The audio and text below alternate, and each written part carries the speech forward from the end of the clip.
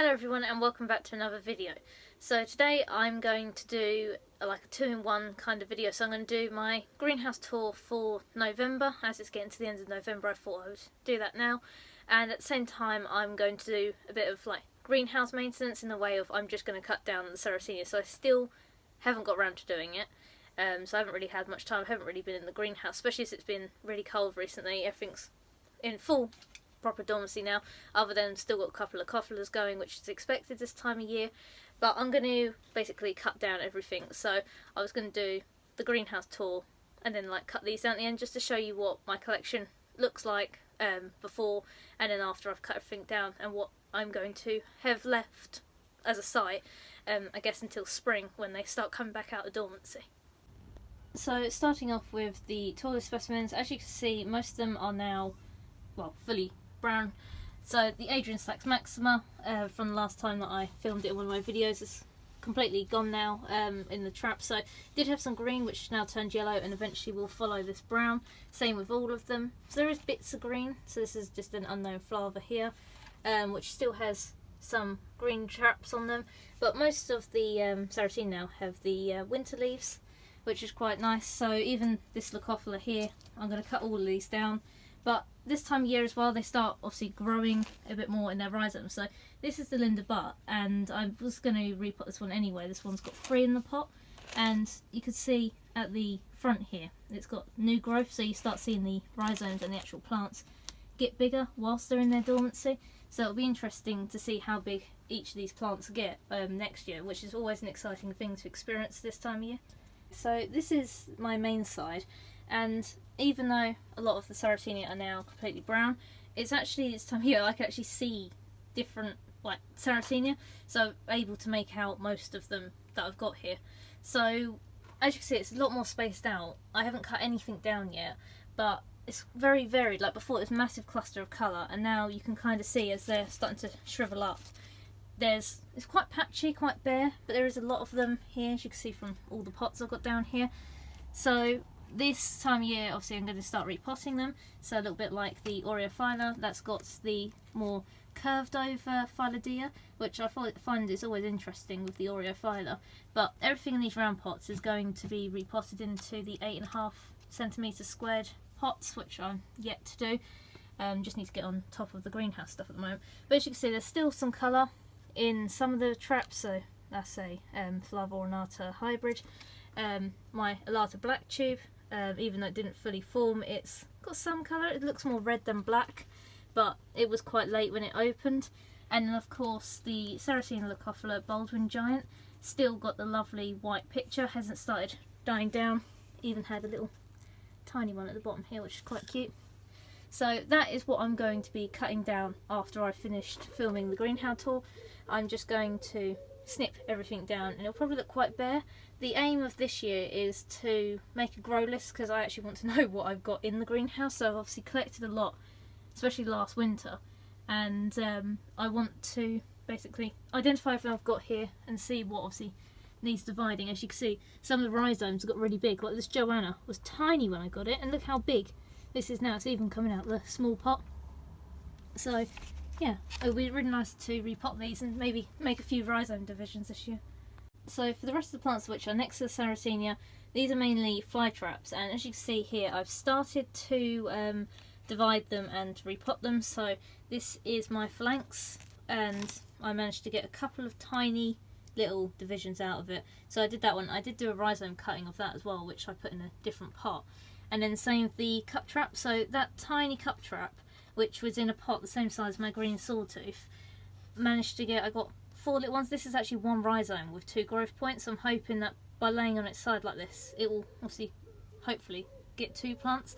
So that's the cup trap. My aim again for these is to put them all in the same size pot, but for that I'm going to need probably a bigger tray, because as you can see already, look, these don't really fit in that well, especially these little pots. So all these little pots going into big pots is not going to work. So either bigger trays or need more space in the greenhouse, which I'm hoping to get a bigger tray or make my own. So at the front here I've got my Drosera, which you can see they've formed their nice hibernaculum now. So this is the rotundifolia. So I've got 4 in here.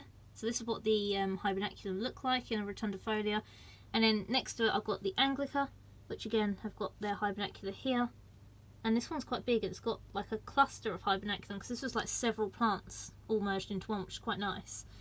And then I've got another Anglica here, that's a better example of their hibernacula, so that kind of folds over a bit more, where the rotundifolia has like these buds, which are still really nice.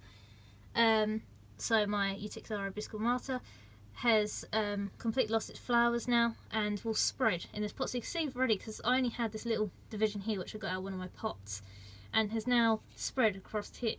And as you can see, I've got spatulata seedlings, which is my fault for not cutting the spatulata flower stalks off until like way too late. So this is my pot of spatulata, and they have self-seeded in all these pots, Darwin especially because it was the closest one to them. So you can see all these seedlings in here, which I'm going to have to get rid of while I'm potting up. I don't need this many spatulata because they are like weeds, same with the capensis. So got a few empty pots now. So this was my leaf pullings that I did of my Banata. I put in this pot with the sphagnum moss, and they've now died down for their first winter dormancy as well. So that's my original typical Banata with a rotundifolia next to it, and there's another Banata there. So fly traps, some of them got nice colours. So my yellow fuse tooth here, still got some lovely colour actually, and the form as well, like nice shape, hasn't died down. Same with my fuse tooth, still got looking lovely. Got my mega traps and Beastie Boy as well, so mega traps, Beastie Boy. Over here I've got my red piranha. So even though it's died down a bit more than the others, you can see the really nice coloration. So this is one of the latest traps it had, and if I just try and get a better angle, you can see how dark that coloration is. So it's a lovely like burgundy colour, like the teeth and everything looks beautiful, contrasting with that green moss. Same with the lime green sawtooth. So even though it's died down as well quite a bit, it's still got some lovely coloration with those fine teeth. Over here I've got my dentate, which has some lovely traps. The traps are still quite small, but look at those teeth and the line inside the traps. A really nice coloration and a really nice plant as a whole. And obviously over here I've got a couple of little purpureas along with that one, so I might have to maybe merge them in the same pot or even put them outside of my bog barrels, because obviously again this is just taking out space really. And then my Leucophila, which is my oldest, well not oldest, the same size as the others, which again has got really tall and desperately needs a repot to hopefully make it grow even bigger than before. So now I'm just going to show my planters. So this is the sundew planter, and actually the only thing I'd say that has really changed in this so far is the pygmy sundews creating gamiae. Other than that, the subtropical Dormancy that I've put in here are actually doing really well. So even though obviously it's dormancy for most plants, I always find that my subtropical sundews keep their dew for a little bit. So you can see it's actually coming off. There's been less light in the greenhouse. So you can see they're not as dewy and full as they was before. So these are likely to die down to the roots and come back. But I've got some Aliciae down here which are quite nice and still got quite a lot of dew on. So these are not actually doing too bad in this sundew planter at the moment. And the seed corner as well is looking lovely. So the stuff in the seed corner has actually got quite big to a point it probably needs taking out. But I just think it looks really nice. It's just like a tiny little corner. Unfortunately that fern, just going to pinch it out, is in the way. But you can see I've got some capensis there. This looks like a capensis alba actually, of the white leaves. And then potentially an Aliciae. And there was a Banata in here. Oh yeah, it's here. That's the Banata leaf there. So yeah, the sundew corner looks really nice as just a whole. So like looking up to the cottage on the top of the hill. Got some really nice like view there, and everything's looking quite nice still. And then this is the bunny bug planter, which is my favourite planter, which people probably know by now. So the coloration of these is still really nice. So the traps have still got a really nice dark pink colour, and for a typical it's just beautiful.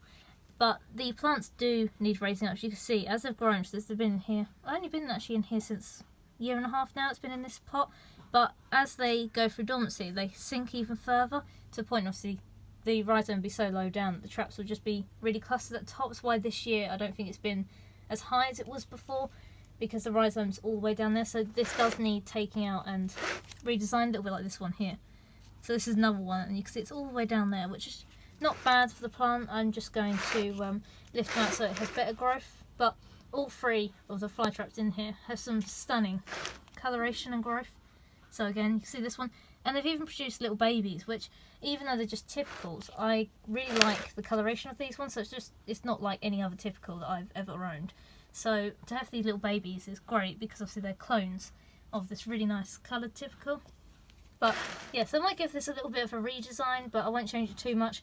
Probably take these Sarracenia out though, and maybe make it all flytrap based with the additional sundews in the back, because I think they work quite well in here. Okay, so this is my pygmy sundew planter. So as you can see, the actual plants, like the main adult plants, are starting to die down a lot now, and they're producing the gamier. So I still haven't harvested any more gamier other than the ones that I did in the video. Actually, I think I only did one in the video. I've done one of each, basically, one pot of each gamier. So this is the Rosanna, and as you can see, as I haven't harvested them, the gamiers start to come away from the middle of the plant to show that they're really ready to go. And they've fallen onto this moss here, and as you can see that they've already started producing new traps. So you can see here its first little trap, which is really sweet, and I'm actually going to leave them just in there to hopefully fill up this pot a bit more. But yeah, this is looking really nice at the moment, but obviously that gamier does really need to be harvested.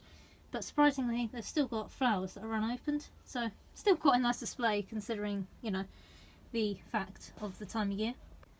So this is my Regia, and as you can see, it's still got really nice dew on it, and it's still got lovely growth on it. So it's not as big as it was, so it is producing smaller leaves as the weather has got colder. But I'm surprised it hasn't died down completely. So as you can see, it's still producing new leaves in here. But it's a lovely display, and I'm really confident now that it's going to come back next year, because if it's not, I'm going to be absolutely devastated. But yeah, really beautiful plant, and just looking its best right now. So this is my pygmy sundews that I've got. So I did a pot of each so far. So this is the Poltrella cross. Then this is the pure Poltrella, which I only had one plant of. So this is the all the gamier I managed to go for that. So I'm hoping obviously it'll produce some really nice new plants that I'll be able to have next year's stock with. And then a pot of Rosanna. As you can see, there's a lot more of those than the others. So my Scorpioides hadn't made gamier then, but there is a couple now actually that are making gamier. I don't know if I'll be able to capture it really. Yeah, I'll just try and turn the plants around. So that one there, I do believe, just... See, there's a couple in the middle there. So they're not as showy as the other ones yet. They're only just starting to produce the gamier. But I'm excited they are finally now making gamier, because these are my favourites, and obviously the last thing I wanted was to have none of them. So I'm really excited for that. So I'm hoping to fill up this whole tray here with new stock, and obviously in square pots, so they will fit better compared to last year me putting them in the rounder pots. So finally, this is like my odds and ends tray that I've got. I've got a lot more now on the other side. As you can see, I've condensed the trays a bit more now. Most of my Dormancy Spinatas now are on the other side. I'm not going to show that side today, purely because it's a bit messy. I'm trying to re-pot everything and organise everything. I'm hoping it will make a better December video. But I'm showing you my best, like, favourite-y bits, which are kind of on this side. So, got my Purpurea venosa, which is really nice, quite clustered as well. Obviously, my flower stalk propagations of the Venus flytraps, which are almost a year and a half old now, and are entering their first dormancy. So, got some seedlings here, which I'm going to leave in here anyway, so they don't need the dormancy, because I can skip their first one, plus they're this small. But everything in here is going to stay in here, but I don't really have room anywhere else for it. Same with these ones, which will be also experiencing their first dormancy.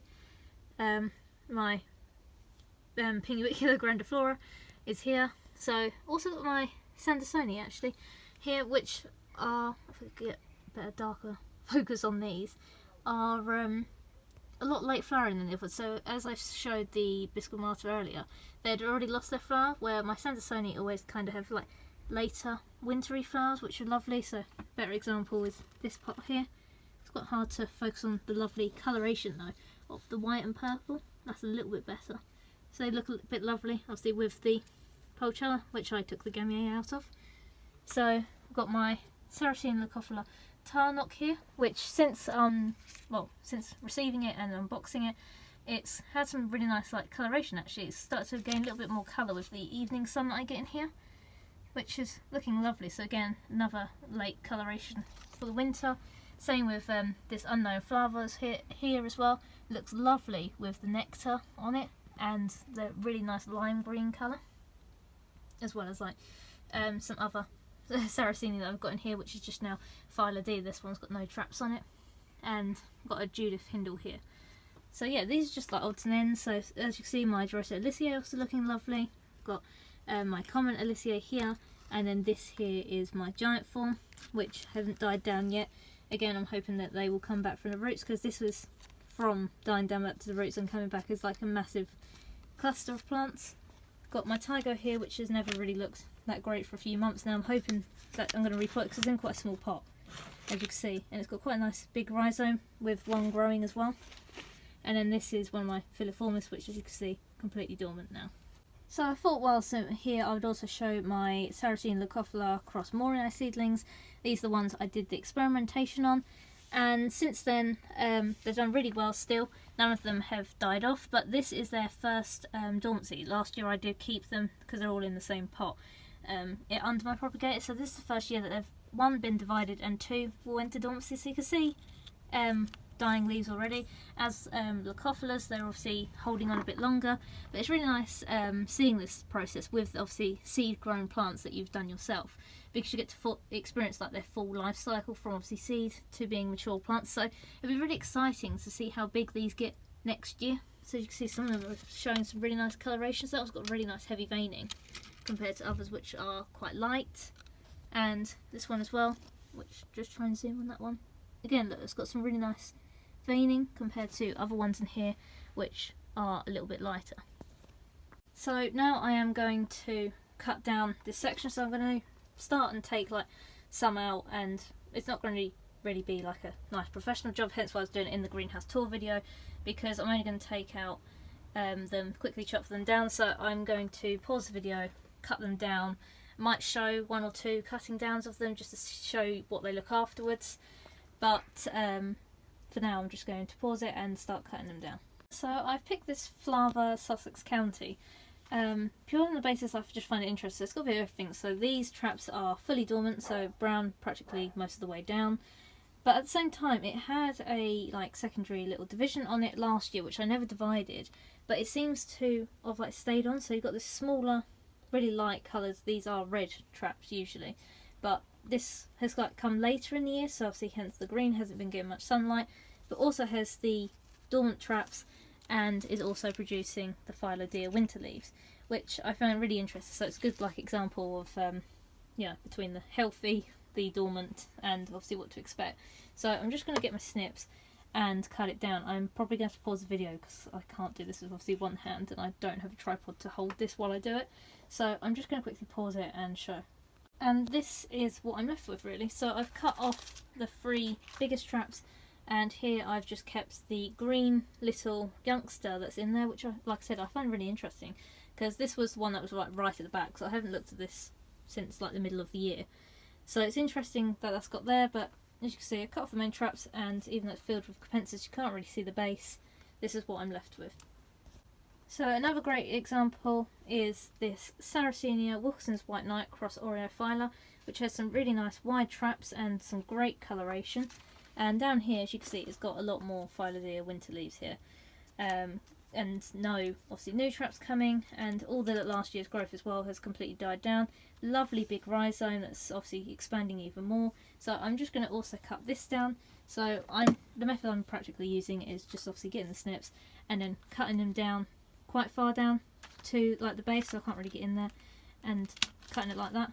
Luckily these ones are a bit sharper, so I can do that with one hand.